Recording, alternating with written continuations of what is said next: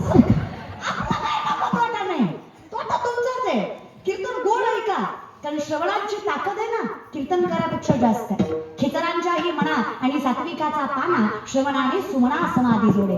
समाधीचा अधिकार श्रवण देतोय तुम्हाला. तैसा मनाचा मारू न करता आणि इंद्रिया दुःख न देता येत मोक्ष असे आयता श्रवणाची माझी. बसल्या जागी मोक्ष ज्ञानवांचा शब्द आहे. तरी अवधान ऐकले दिजे मग सर्व सुखाची प्राप्त होईजे. हे प्रतिज्ञोत्तर माझे उघड ऐका. ज्ञानोबाला म्हटले शब्द देतो, सगळ्या सुखाचा अधिकार बसल्या जागी फक्त कान देऊन ऐका. ऐकायचं फक्त. ऐकतात सगळे, ऐकत कोणीच नाही. कळलं ना? ऐकतात सगळेच की, पण ऐकत तुका म्हणे मेलो सांगता सांगता तरी कोणी ऐकलं नाही. आपली तर व्यथा वेगळीच आहे. साधा प्रश्न, माझ्या वडिलांसारखे आहात, माझ्या भावासारखे आहात.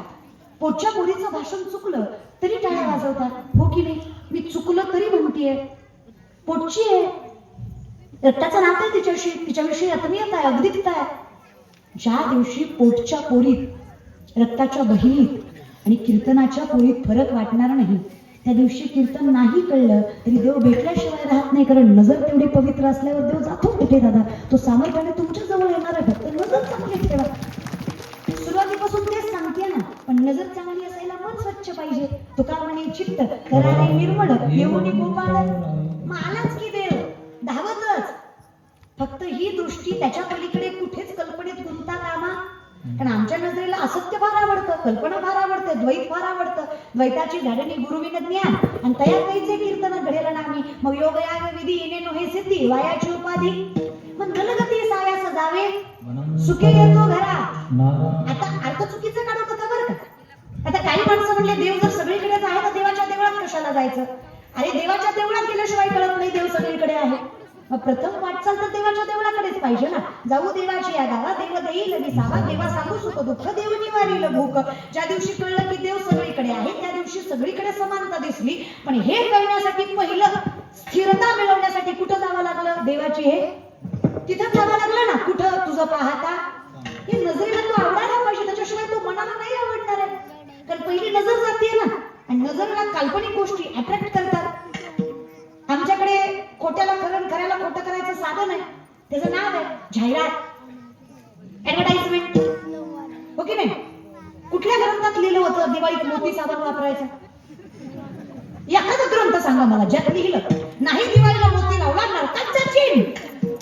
तरी सुद्धा तुमच्या किराणा मालात दिवाळीत पहिलं सामान कुठलं पडतं? मोती. Because of advertisement. विठ्ठला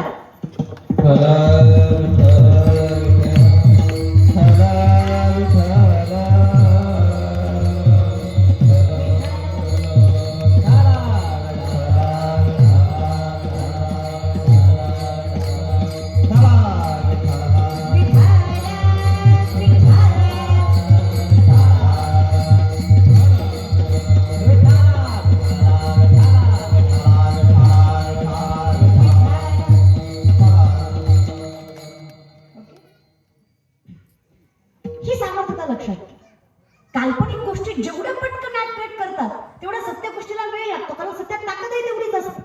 मग नामदेवराय म्हणतात ना, कल्पनेची बाधा ही संत मंडळी.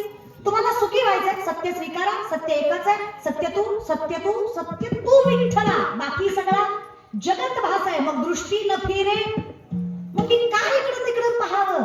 तू मला काय कमी बुडतोस का? राजयाची कांता काय भीक मागे मनाची अजोगे.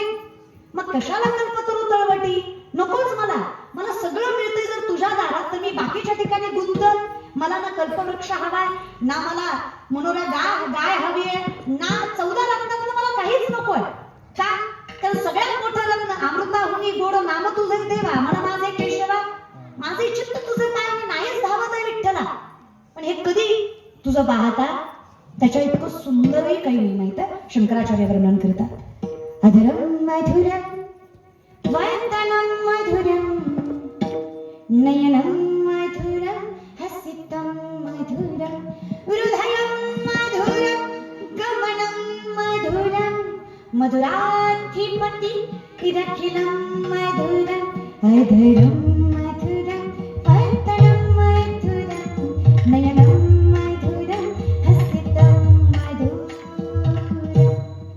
चालणं, बोलणं, दिसणं, रुसणं, हसणं, पळणं सगळंच गोड आहे.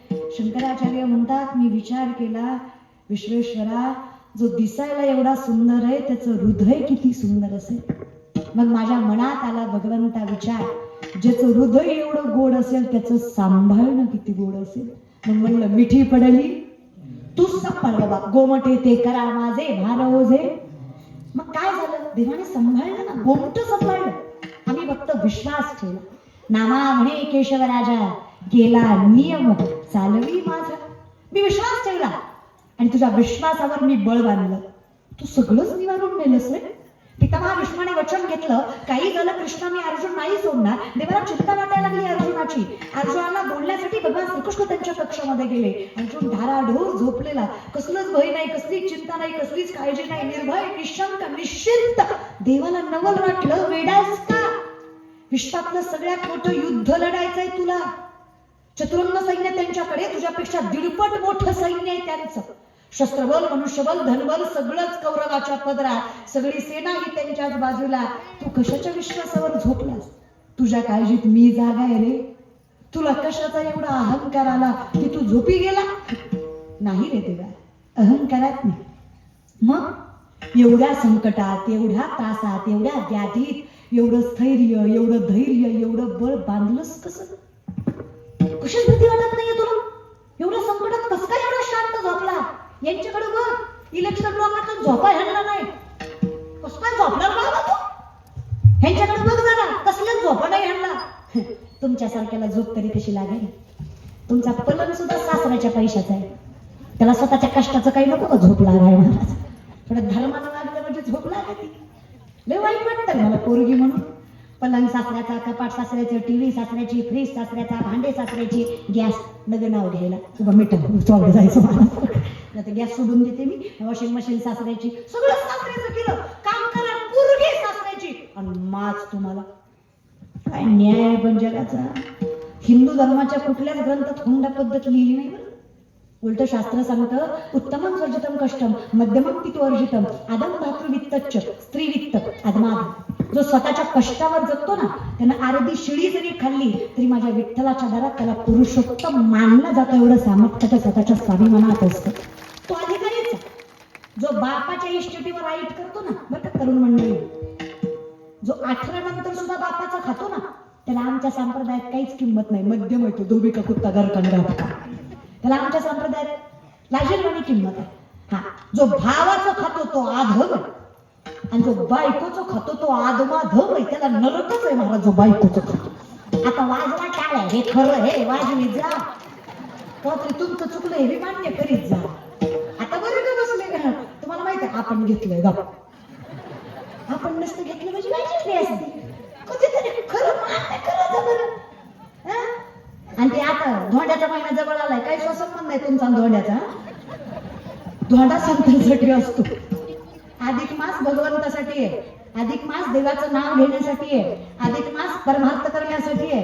अधिक मास दान करण्यासाठी आहे. स्वतःच्या जावायच्या घशात घालण्यासाठी नाही. बरं का? लई एक ओवी दाखवा मला जिथं जावाय जीव घ्यायचा गेलाय बरं. एका सुद्धा ओवी जावाय जीव घ्यायचा गेला नाही. पण तुम्ही सोशल मीडियाला काढले. फुलं हातरायची, जावई आणायचा. जावई बी पण खाऊ बेजावे, त्याला फुलं हातरायची. काय पण जावयाने मरणाच्या बाटल्या फोडल्या पण त्याच्यासाठी तोरणं बांधायची जावयासाठी. आणि पुरीला विचारा बाबा बरं सांभाळतोय का तो? आणि लक्षात ठेवा, पोरीच्या पाठीमागे आईबाप खंबीर असले ना की पोरीला सासरमध्ये त्रास होत नाही.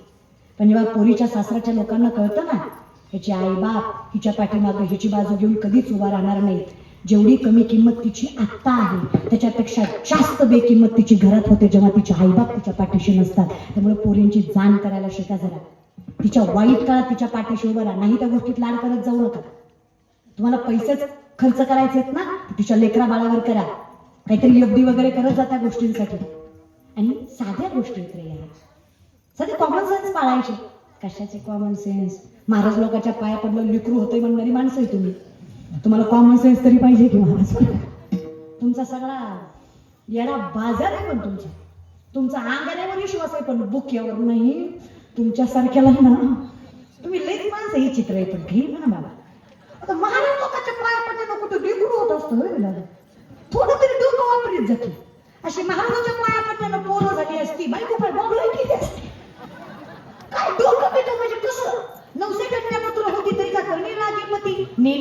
नको कान, नाही एकांतीचे ज्ञान.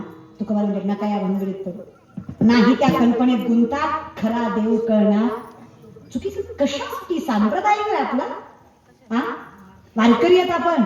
भले तरी देव कासेची लंगोटी, पण नाठाळांच्या माती हानुकाठी म्हणणारा संप्रदाय आपला.